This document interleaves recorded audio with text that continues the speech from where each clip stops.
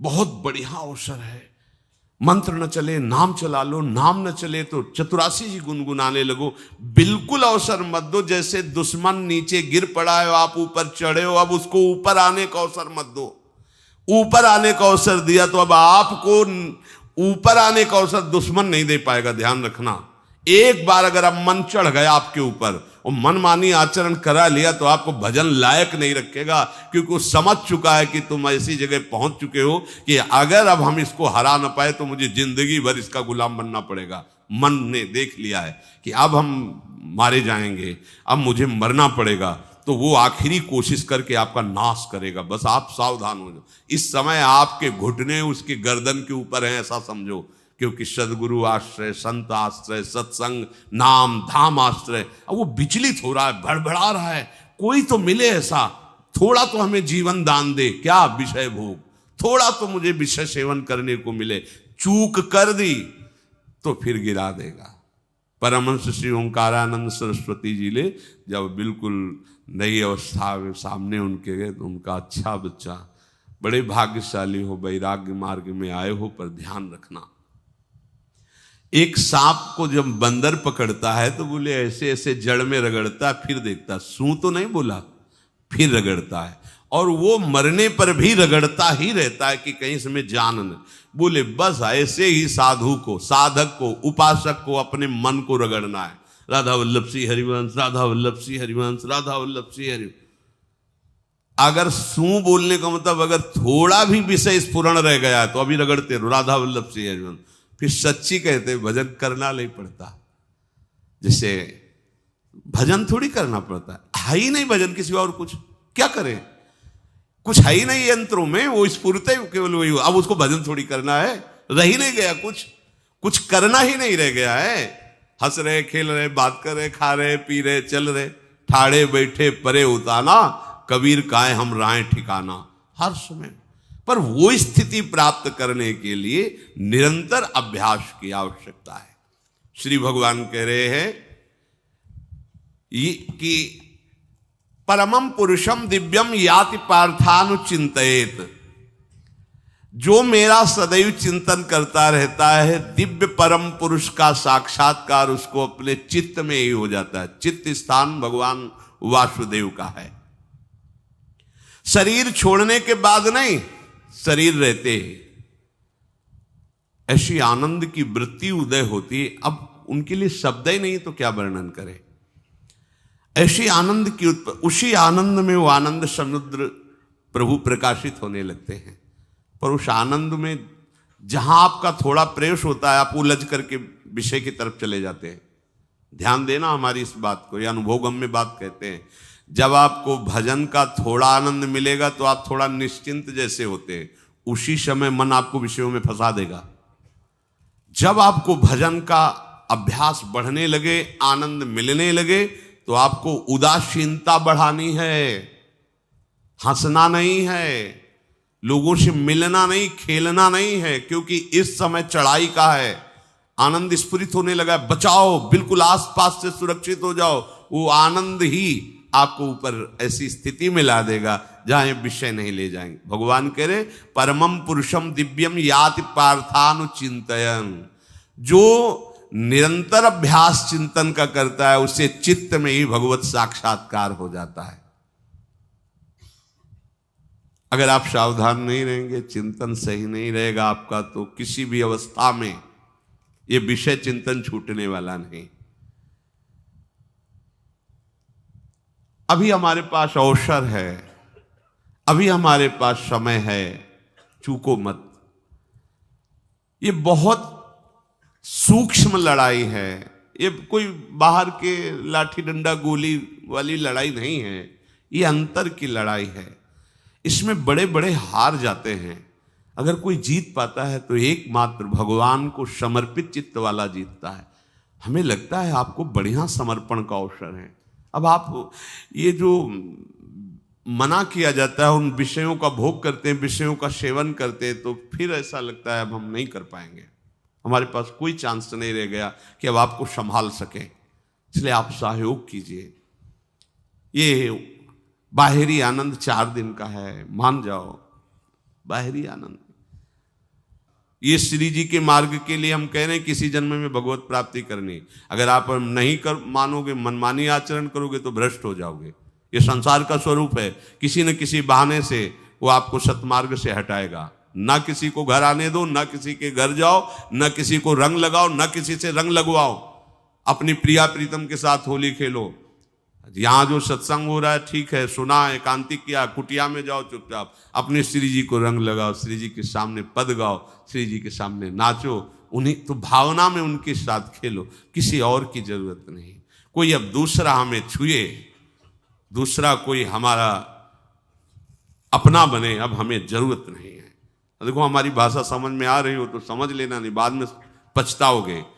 किसी को भी अपने साधन कक्ष में प्रवेश मत दो, किसी को अपनी कुटिया में मत आने। अब आप यहां गृहस्थ नहीं हो, यहां भी रह रहे हो, भले गृहस्थ वेश में रह रहे हो, आप वनवासी हो, आप श्री जी के उपासी हो, कोई व्यवहार की जरूरत नहीं। जब ऐसे रहोगे तो श्री जी आएंगे आपसे खेलने। निष्ठा, हृदय में निष्ठा। अब व्यवहार की गुंजाइश नहीं रह गई, हमारे पास समय नहीं व्यवहार का। हमारी बातें मान लो पर आप लोग मानते नहीं हो, इसलिए रंग नहीं चढ़ पा रहा। अरे वो बेचैन है आपके साथ खेलने के लिए, उनकी तरफ जब देखो ना तो बेचैन है, पर उनकी तरफ कोई देखना ही नहीं चाहता। वो तो यहीं से फुर्सत नहीं मिलती भोगों से खेलने के लिए, संसार के राग में खेलने के लिए। अरे वो तो लालायित है, वो तो खुशी हो रहे कि ये हमारा शरणागत हो गया, अभी हमारी सहचरी बनेगा, हमारी सेवा में आएगा। शरणागत होकर के पीठ कर लिया श्री जी की तरफ, मुख कर लिया संसार की तरफ, तो दोनों लाड़िले उदास बैठ जाते हैं। अब क्या करें, ये तो उधर मुख करके जा रहा है, चलो फिर कभी लौटेगा, वो फिर इंतजार कर रहे हैं। विमुख भये निमिषो ना अकृपा जब चिते तब। खूब अभ्यास करो, नाम जब कोई होली दिवाली त्योहारी, हमारा सारा त्योहार लाडली लाल से है, इन्हीं के साथ खेलो। देखो तुम्हें बताएं, जो बच्चा बाहर खेलने नहीं जाता तो माता पिता उसके साथ खेलने लगते। कैसे? घुटने के बल चल रहा है तो वो पिता भी घुटने के बल चलेगा उसके साथ साथ। वो तोतली बोलेगा तो वो भी तोतली बोलेगा। देखा है कभी ऐसा? ऐसा कर तो ये हमारे स्वामी भी जब देखेंगे कि अरे ये तो किसी से राजी नहीं है, केवल हमसे खेलना चाहता है, इनके लाने का एक ही उपाय है, ध्यान रखना, अनन्य व्रत नहीं चाहिए हमें। और जैसे कल आप सुन रहे थे, पपीहा बन के रहू रे, बस यही चातक व्रत नहीं, हमें नहीं चाहिए। अगर हमारे रंग पड़ेगा तो लाडली लाल का पड़ेगा, हम खेलेंगे तो लाडली लाल के साथ खेलेंगे, नहीं तो अब आजीवन नहीं खेलेंगे, आजीवन नहीं खेलेंगे। अगर हम पाएंगे तो इनकी जूठन पाएंगे, नहीं तो प्राण त्याग देंगे। जिएंगे तो वृंदावन में जिएंगे, नहीं जीवन। ये व्रत चाहिए। काहे को व्यर्थ समय नष्ट कर रहे हो? धारण करो अनन्य निष्ठा का व्रत। इनको अपनी तरफ आकर्षित करने के लिए अनन्यता ही व्रत है। रसना कटो जो अन रटो, निरखियन फुटो नयन, श्रवण फुटो जो अन सुनो, श्री राधा जसमैन।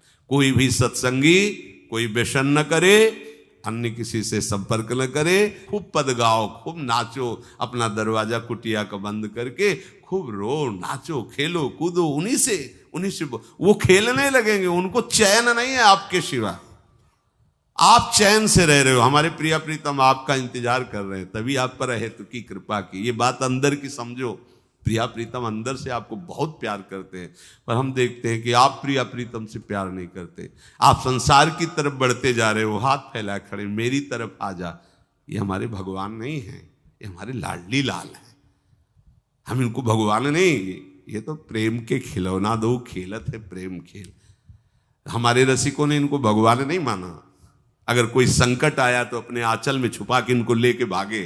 ये नहीं सोचा कि अखिल लोक ब्रह्मांडों का ईश्वर, इसको छुपा के भागने की क्या जरूरत है। चाहे बिहारी जी को, चाहे राधा वल्लभ लाल को, जब कभी कोई ऐसा भय आया है तो ऐसा नहीं सोचा कि भगवान रक्षा करेंगे, नहीं, इनकी रक्षा हमें करनी है। इनको छुपा करके, कभी काम वन में राधा वल्लभ लाल को, कभी बिहार वन में से बिहारी जी महाराज, छुपा छुपा के अपने अपने ठाकुरों। तो हमारे ये लाडले हैं, प्यारे हैं, इन्हीं के साथ खेलना है, इन्हीं में रहना है, अब इन्हीं के पास रहना है, इन्हीं में रहना है।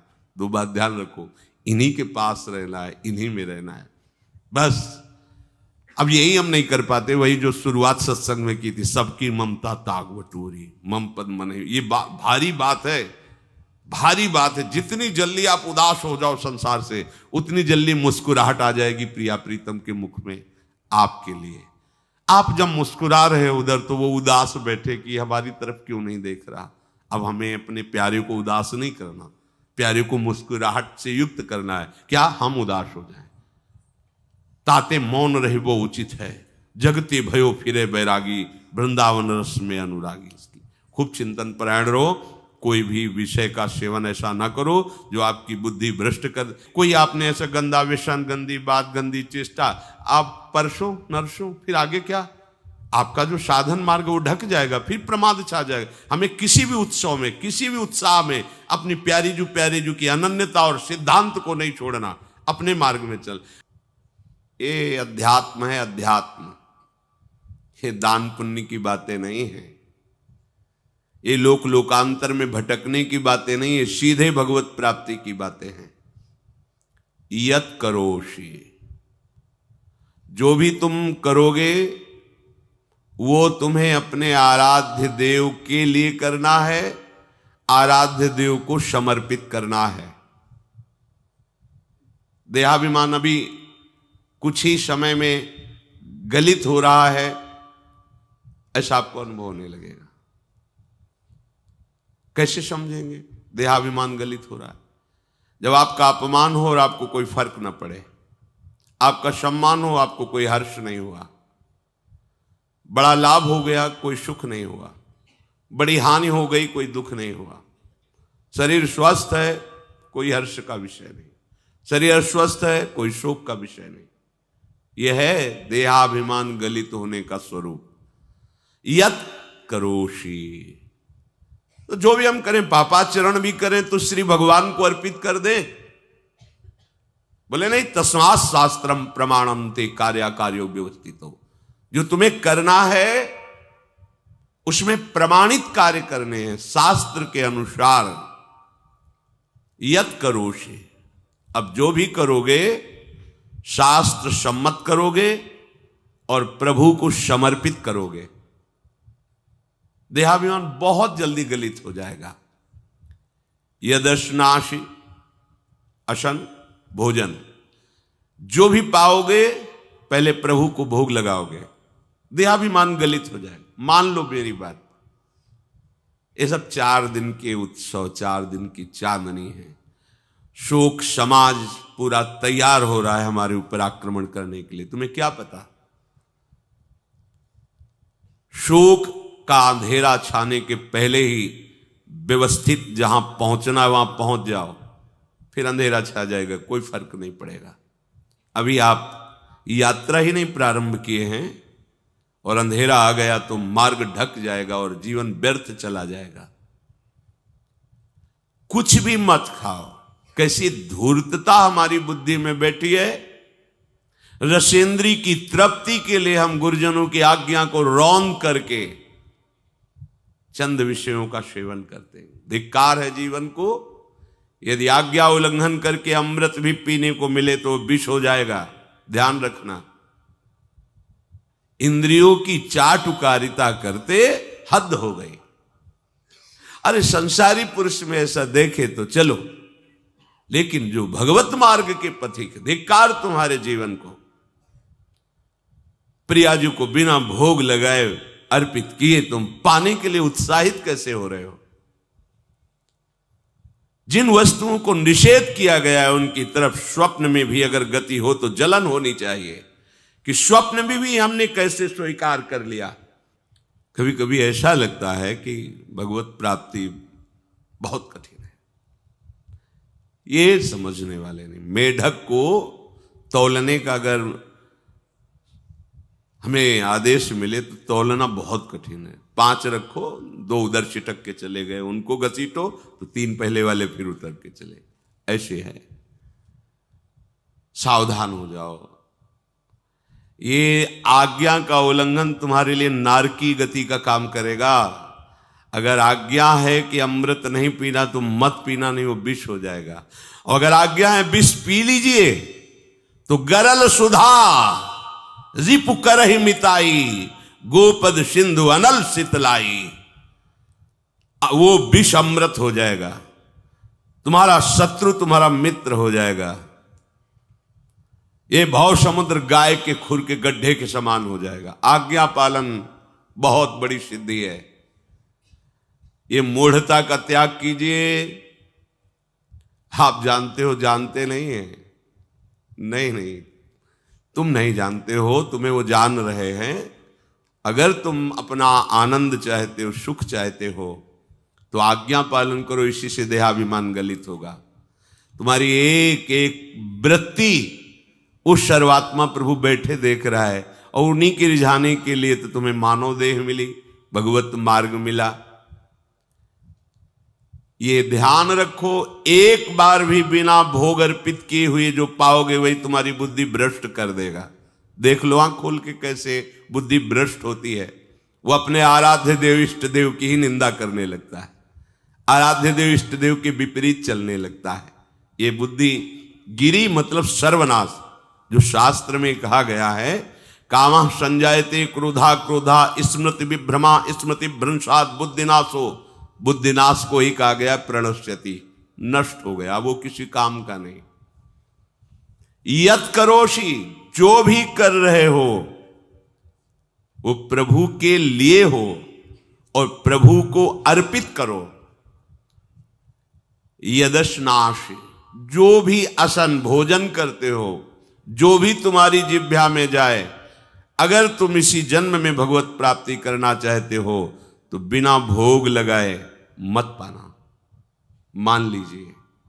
फिर कह रहे यज्जुहोषि, जो भी तुम, हवन का तात्पर्य होता है भागवतिक कार्य करते हो, वो प्रभु को अर्पित कर दो, बड़ा सुख मिलेगा।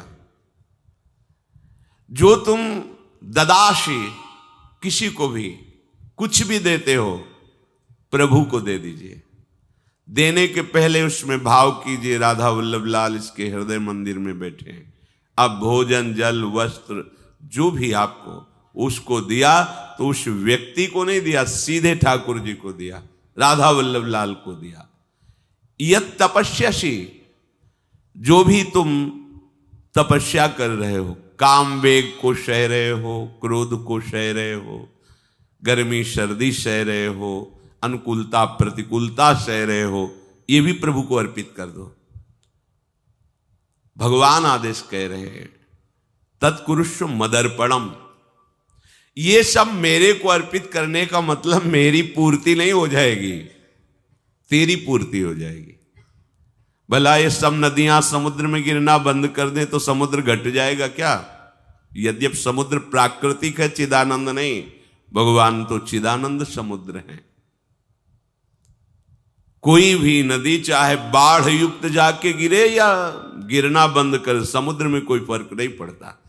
इसीलिए सेवक जी ने कहा है, मांगो मन मनुष्य दासी अपनी कर, पूर्ण काम सदा हृदयम। हे पूर्ण काम प्रभु, यद्यपि आपको मेरी जरूरत नहीं है, पर मैं अपने लिए मांग रहा हूं कि अपनी दासी बना लीजिए। मद भक्तो मईश्वरे सर्वज्ञे परम गुरु वासुदेवे समर्पित सर्वात्म भावः, यत् पश्यति शृणोति स्पृशति वा सर्वमेव भगवान वासुदेवः, इत्येवं गृहाविष्ट बुद्धिर मद भक्तः सन एतत् यथोक्तम सम्यक दर्शनम विज्ञाय मद भावाय मम भावो मद भावः परमात्म भावस्तस्मै परमात्म भावो योपपद्यते युज्यते घटते मोक्षम गच्छति। वेद कहता है, भगवान की वाणी, मद भक्तो, जो मेरा भक्त हो गया है। अभी हम देह भक्त हैं, भोगों के भक्त हैं, विषयों के भक्त हैं, काम क्रोध लोभ मोह जब जो चाहता है हमें परास्त कर देता है। लेकिन जो मद भक्त हो गया उसको नहीं। बाहरी वेश परिवर्तन से मद भक्तो नहीं होता। कभी कभी हंसी आती है कि अमृत कुंड को छोड़ करके मल कुंड का स्वाद लेने के लिए कितना लालायित है जीव। कैसी मंद बुद्धि, मतलब एकदम लगता है कि वाह प्रभु आपकी है विचित्र माया है। ये इधर कूदे तो अमृत कुंड है, इधर कूद रहा है मल कुंड है। वो जानबूझ करके अमृत को त्याग करके मलकुंड में जा रहा है। जहां हमारी प्यारी जी और प्यारे जी की ऐसी सुख वृत्ति है, वेणु कानन कुणित श्रवण सुंदर सुनत मुक्ति सम सकल सुख पाए पग पेलिरी। मोक्ष सुख को भी लात मार करके जिस सुख में बढ़ा है, कैसा कैसा तुम्हारा आश्रय है। हमारे युगल सरकार का ऐसा सुख है कि मोक्ष सुख थूक देने योग्य हो जाता है, और आप युगल सरकार को एक तुच्छ विषय के लिए छोड़ देते। कैसे भक्त हो तुम, कैसे हो तुम? खुद प्रश्न करके देखो। कभी तुम्हें अपने ऊपर धिक्कार नहीं आता? अपने को बहुत चतुर समझते हो, अपने को बहुत प्रवीण समझते हो कि कोई नहीं जानता हम क्या खाते हैं, कोई नहीं जानता हम कहां जाते हैं, कोई नहीं जानता हम कैसे खिलाड़ी हैं कि खेल रहे। अरे पागल, तू कैसा खेल रहा है। ये जगन नाटक वैभवा, वो बैठे हुए डायरेक्टर सब कुछ देख रहा है और तुम्हारी कहानी लिख रहा है। बहुत होश में हो जाओ, हर समय तुम दृष्टि में हो, ऐसा मत समझो। मद भक्तो मईश्वरे सर्वज्ञ, समझ मैं सर्वज्ञ हूं, मैं सब कुछ देख रहा हूं। परम गुरु, मैं गुरुओं का भी गुरु, परम गुरु हूं। भगवान बोल रहे वो है, वही परम गुरु है, क्योंकि गुरु शब्द ही उन्हीं के आगे है, दूसरा कोई नहीं, कोई है ही नहीं दूसरा, दूसरो न कोई, वही परम गुरु है, क्योंकि उनके सिवा कोई है नहीं, वही है परम गुरु। बड़े करुणा में है। अगर ये सोचा जाए कि भगवान की वाणी और गुरु की वाणी अलग है तो भ्रम है आपको। भगवान की वाणी गूंज रही है, पकड़ो। आपको लगेगा बातें कर रहे हो, कहां गूंज रही है? अभी ट्रांजिस्टर लाइए, लखनऊ लगाइए, अभी बोलने लगेगा। तो वाणी गूंज रही ना लखनऊ की। कानपुर लगाइए, कानपुर बोल लेगा, क्योंकि उसमें पावर है उस वाणी को घसीटने का। एक यंत्र जैसा तुम्हारे अंदर तो पावर नहीं है, तुम अपने को बहुत पावरशील समझते हो। एक इतना बड़ा ट्रांजिस्टर लाइए, उसे आप अभी लगाइए बंबई, वो अगर स्टेशन आ रहा पकड़ में तो बोलने लगेगा कि बंबई की आकाशवाणी से बोल रहा हूं। आकाशवाणी पकड़ रहा है वो। तुम्हारे अंदर कितनी सामर्थ्य है। तुम गुरुवाणी सामने से नहीं पकड़ पा रहे हो, आकाशवाणी क्या पकड़ोगे? बहुत ज्ञानी, बहुत विज्ञानी, वो एक यंत्र पकड़ रहा है लोक के स्टेशनों को। अगर तुम मंत्र पकड़ लो तो तुम भगवान की वाणी ऐसे सुनोगे, ऐसे देखोगे, कहीं दूर थोड़ी है, सामने नृत्य करते रहते हैं। नेत्र खुले थोड़ा, पावर आप में है, जो मंत्र मिला है वो यंत्र पकड़ता है स्टेशन। पावर तुम्हारा सीधे पावर हाउस को पकड़ेगा। अखिल ब्रह्मांडों का पावर वासुदेवा समर्पित सर्वात्म भावहा। तो यत् पश्यति यत् शृणोति स्पृशति, वो भगवान का स्पर्श करेगा, भगवान की वाणी सुनेगा, भगवान को ही देखेगा। कौन? जो मद भक्ता है। तो आप लोग बड़े कृपा पात्र हैं, भगवत मार्ग के पथिक बन गए। कहां फंसे हो यार, कहां? बड़ी हंसी आती है। साधक अपने छोटे से दोष को पहाड़ की तरह देखकर व्याकुल हो जाता है और गुरु और भगवान से पुकारता है, नाथ देखो मैं ऐसा, मुझे बचा लो। प्रभु अभी तक समर्पण नहीं हो पाया, उसे अपने में फुर्सत नहीं। जो मेरा हो जाता है वो निरंतर मेरा चिंतन करता है, इसलिए मैं उसको सुनाई देता हूं। तुम किसका चिंतन कर रहे हो? संसार का। तो क्या सुनाई दे रहा है? संसार। तुम किसको देखना चाहते हो? संसार को। तो क्या दिखाई दे रहा है? स्त्री पुरुष दोष गुण। भगवान कह रहे मद भक्तो, जो मेरा भक्त है वो यत् पश्यति शृणोति स्पृशति। प्रभु स्पर्श में आते, केवल देखने में ही नहीं आते। क्या भगवान को ध्यान में देख लिया? ऐसा नहीं।